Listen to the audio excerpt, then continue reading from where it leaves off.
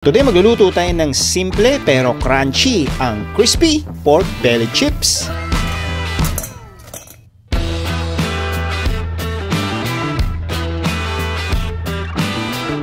Siyempre gagawin lang natin madalian yan pero nakatatakam because cooking doesn't have to be hard, it just have to be delicious. Let's go!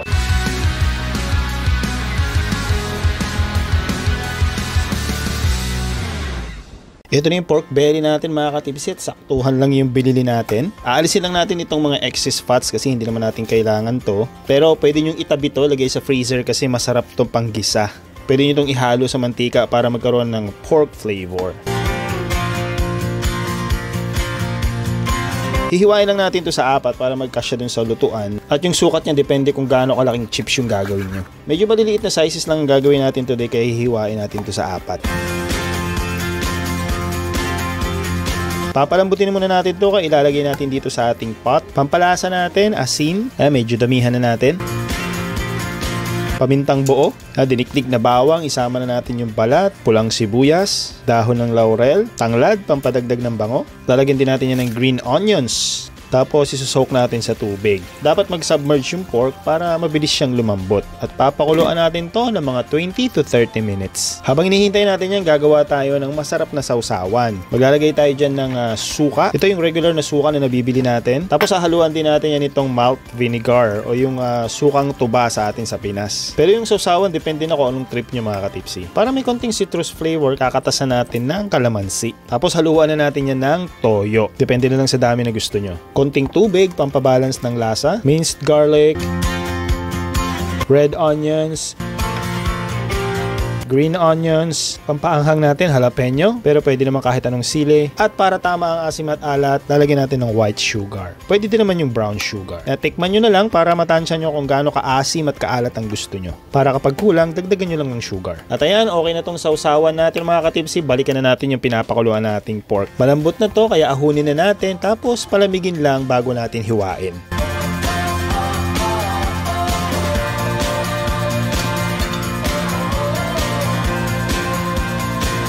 Ninipisan ko lang hiwa nito mga katipsi at saka yung medyo maliliit lang yung sizes para maging chips talaga siya. Pero kung gusto nyo yung medyo mahaba, nasa sa inyo na yon. Pero nipisan nyo nga lang yung cut para mabilis siya maging crispy at syempre madaling kainin. After natin mahiwa lahat, pwede mo na itong i-deep fry gamit ang iyong kawali or kaserola. Pero dahil nga available naman ang air fryer natin para hindi na tumalsik yung mantika at di tayo mahirapan at para mas mabilis, gagamit tayo ng air fryer. Ayan, itong air fryer natin, nilagyan ko lang ng foil para hindi kumalat yung mantika sa ilalim, para hindi mahirap linisin. Pero mamaya papakita ko sa inyo yung pagluluto ng wala rin namang foil. Ilapat lang natin siya dito sa air fryer pero wag natin pagpatong-patungin para mabilis siyang maluto.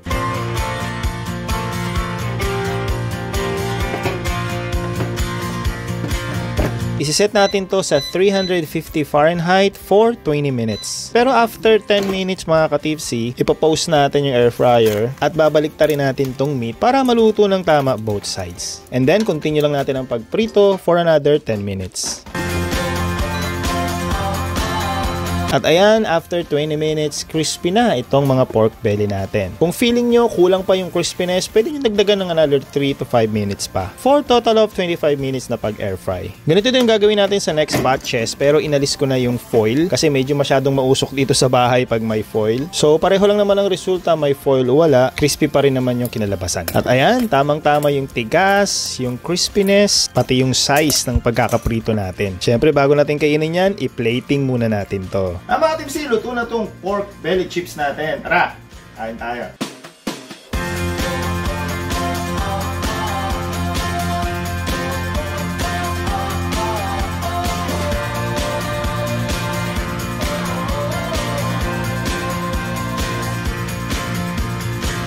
Tara, kain tayo. Action na? Action na! Action. Saan napunta yung telepono ko? Ayun, ayun ko lang dyan kasi nakikita eh. Baka sabihin nila, mayaman naman pala ito sila. Ay, buti ngayon, malaman na nila. Hindi pa payad yan. Kaya nga. Kaya nga hulugan yan. Pinagmalaki pa. Pinag-uusapan namin yung iPhone 14, ano? Ay, No. iPhone. iPhone 15 Pro Max. Na hulugan. Nahulugan, siyempre. Hulugan lang ang phone ko. Regalo daw, pero hulugan. Ano tayo? 1, 2, 3 na tayo. Okay. 1, 2, 3. Boom! Ayan mga katipsi, luto na ang ating simpleng dish lang na Very, very pork simple. belly chips. Wala kasi akong maisip i-luto ngayon eh. Kasi pumunta ako sa Filipino store kanina. Sabi ko, pwede lutuin. Kaya ito na lang. Pero masarap yan kasi pinakuluan muna natin sa mga seasoning niya. Oh, Teka basta mawawala ang gutom ko kahit ano pa Gutom siya. na siya eh. At mga katipsi, ayan, nakita nyo, nakakulay yung buhok. Nagkulay ako ng buhok. Tapos tinawag niya ako, ready na raw to eat. Sabi ko, what? Kung kala na ilagay ko na, nagugutom na rin ako. Kaya sabi ko, no, kainan na. Ako, magkakamay ako ma. Oh, Sige na. ako kasi kuha na tayo hindi dyan. pwede dahil nga. Crispy to, Meron ako, mga katipsi. Kuha ka na lang dyan. Pero hindi pwede naman din ako muna ganyan. Dalaw mag-ina naman tayo, so pwede na natin. Ay, naku, ginaganyan niya. Paano yan siya? Gaganon tayo.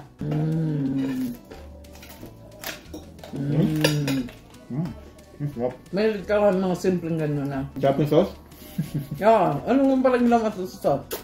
Half to half. Suka, toyo, may konting sugar. Parang meat, malambot yung laman. Pero kung ito yung pakuluan nyo. Hindi siya dami ang Isang halapin nyo lang nilagay ko. Sarap mga gusto. Simpleng dish, pero lutong pa. kaya sarap ano. Sarap ulamin. Ang lutong. Bukan nyo. Oh. Pagka medyo tinamad-tamad ka ng luto. Sorry, fire lang. Ito pa. Pero ayaw nyo ng dilata. O kaya ng itlog na prito. Yung nipis ng hiwa mga tips, depende yan sa inyo. Yung iba kasi ginagawa niya medyo mahaba. Ay, kabalag hiwa nito? Pantay-pantay ha? Parang inano mo ha? Parang sinukat mo ha? Walang lamangan. Para walang lamangan. Naubusan ako ni mama, kailangan patay hiwa. Malutong.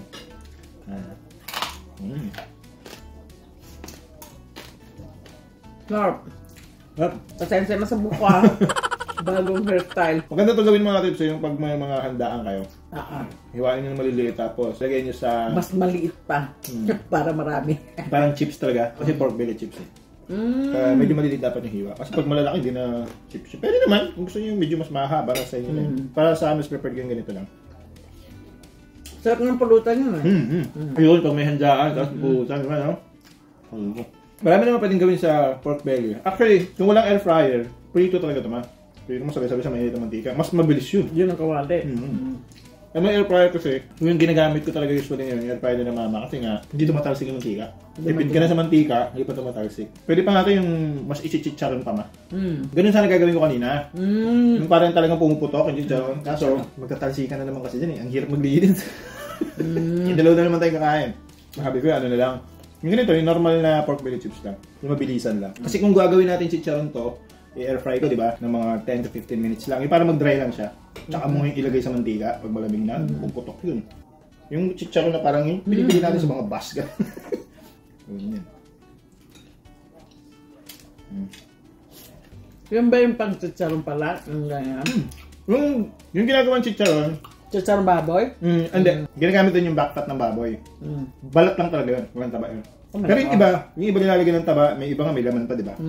Pero ang pinaka talaga, common na chicharon, back fat lang talaga yun. Matagal din gawin yun ma. Gusto ko nga gawin yun eh, pero Kala ko pirito lang yun, di ba? hindi. Unti-unti mong tatanggalin ng mantika nun, yung unti-unti mo siya. Pirito lang yun ma. Pero dahan-dahan yun. Hindi mo pwedeng biglain yun kasi hindi siya titigas, hindi siya natululot yung magiging chicharon. Yung puputok, hindi siya puputok. Kaya mahirap yung gawin yun. Gusto kong gawin sana yun, kaso sa labas talaga ginagawa dapat yun eh. Kasi matagal na haluan yun. Yeah. Sa kawa. Anong kawa? Mabilang ang lutuan? Kung pwede nga magluto rito sa labas eh. Ha? Oo, pwede magluto rito. Hindi nga eh. Daming permit Baka reklamo tayo. Tsaka permit pa. Ha? Hindi tulad sa Pilipinas, di ba? Siguro kung hindi tayo nakakondo. Siguro kung bakit tayo. Yung sarili mo sa aming compound, di ba? Eh, bilis tayo. Bukas. Kapon na eh. Talo nga tayo sa loto eh. Hindi tayo nanalo. Baka sakali kami sa loto kasi 1.7 billion ba yun? Loto dito? No. Eh, isa lang nanalo? Possible. Imagine, 1.7 billion dollars. Possible. Salut sa inyo mga tipsy. Salamat sa Tama. manonood. Dapat ang Pepsi, binibigyan, inaano natin sila. Indoors. Itong umiinom na yung mga katipsi kasi sale. Kaya nga. Si Mama mahilig sa sale. Ay, hindi ko babayaran ng $10 yan. Kaya pag sale, kumukuha yan, 2-3 box. Pagkano yung isang box na mga, ilan laman nun? 12 ba? 12, magkano lang ma? $4. 12 can na. Speaking of Lotto ma, kasi talo tayo. Halimbawa, nanalo tayo. Nanalo ka. $1.7 billion.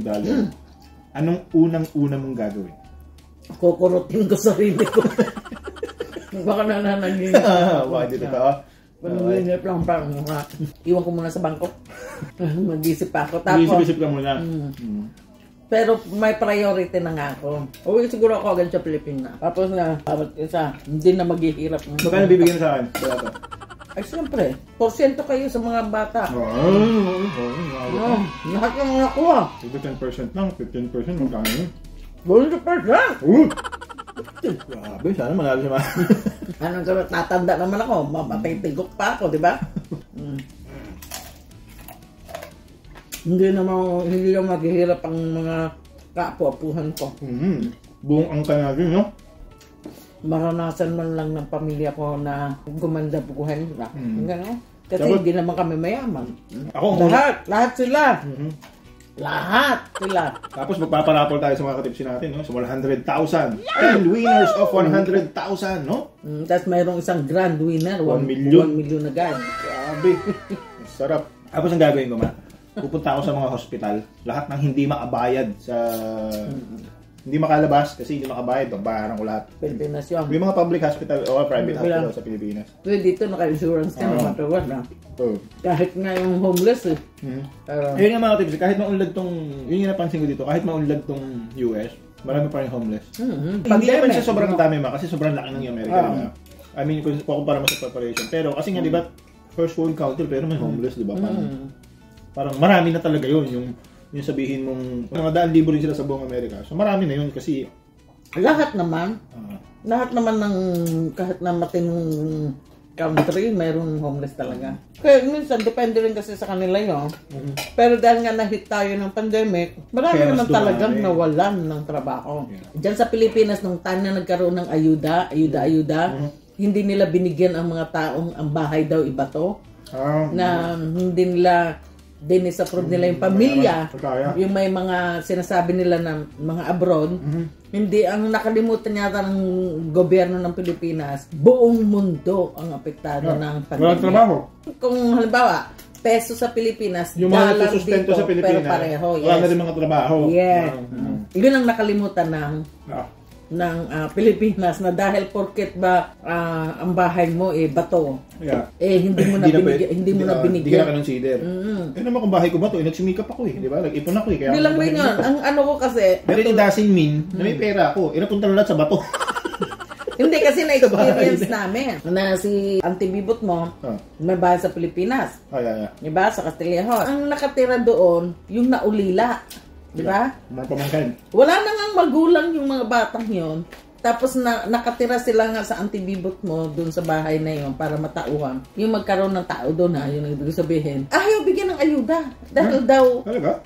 Hindi sila binigyan ng ayuda dahil daw yung bahay daw na tinitira nila bato at yung mga auntie daw nakatira sa United States. Bawal yun, discrimination yun.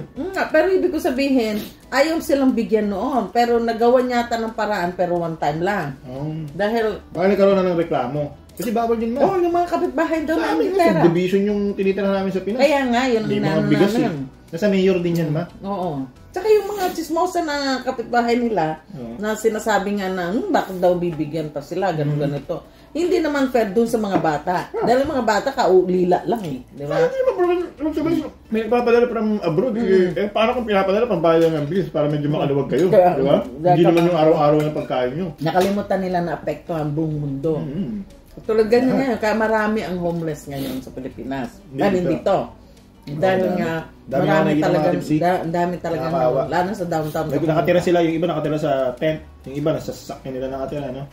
Nakawa sila. Yung iba kasi na-depress Yung mayroon nga kaming kasamahan sa work noon na, sa kotse siya nakatira. Pero nagtatrabaho siya sa para lang mabuhay, yung gano'n, di ba? Kotse siya nakatira. Dahil siguro nawala yung bahay niya. Ayun na, dahil nga sa nangyari pandemic. Pero ang pretty soon ngayon, hindi ko na nakikita yung sasakyan niya, baka... Nakakawa din sila kasi syempre nasa first world country ka, maraming opportunity. Pero hindi mo na gagrab yung opportunity kasi napunta ka sa sitwasyon na yun. Syempre na-depress ka, di ba? Nagkaroon ka ng sakit. Mas pinili mo na lang na maging homeless kasi pwede buhay mo dun. Kaya wala kang babayaran bill. Parang wala ka ng choice. Kaya mayroon kasi din ng pangyayari na either yung mga asawa nila na-divorce sila. Tapos kinuha lahat.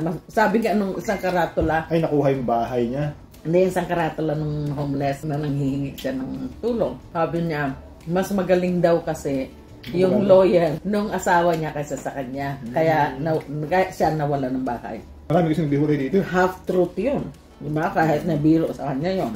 Meron din man, kahit na nung sikap nila, tapos hindi nga, gano'n. Kaya kailangan talaga mag-aral.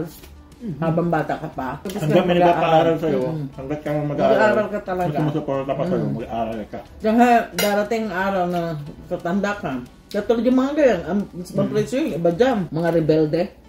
Minsan may debate pa na ano mo eh. Daig daw ng diskarte ang diploma. Oo naman. Hindi sa lahat ng pagkakataon. Para naman sa akin, kung madiskarte ka, may diploma ka.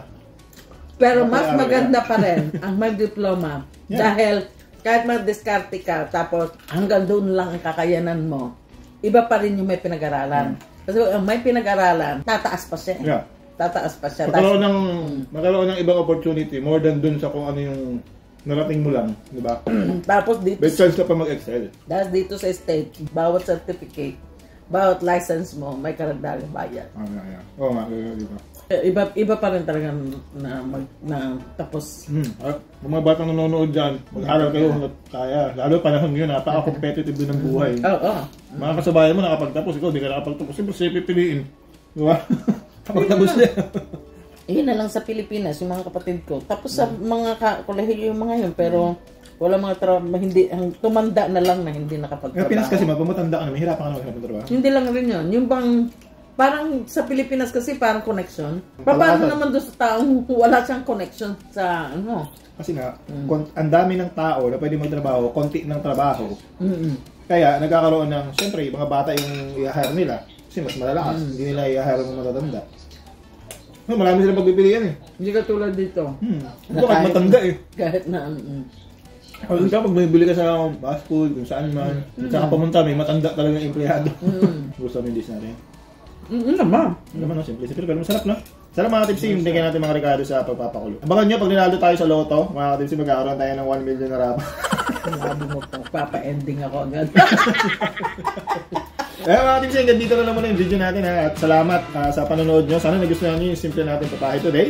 O yung mga hindi pa nakasubscribe dyan, mag-subscribe na kayo. At tapos, i-ring nyo rin yung bell para updated kayo sa food and good vibes natin. And always remember, kung walang knowledge, walang power. Stay tipsy lang. Salud!